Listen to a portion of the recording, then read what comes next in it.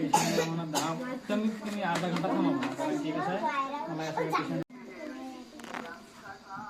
येते इकडून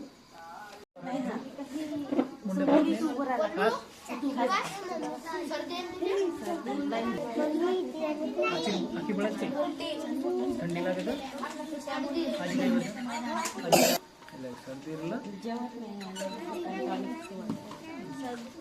आले तर ऍसिडिटी वाढते. जर समजा सकाळ संध्याकाळचं जेवण वेळेवर हो ना, जर सकाळ संध्याकाळचं जेवण वेळेवर नाही झालं, जेवल्या बरोबर झोपलो, रात्री जागरण करण्यात आलं, असे जर काही कारण झाले तर मग ऍसिडिटी वाढते.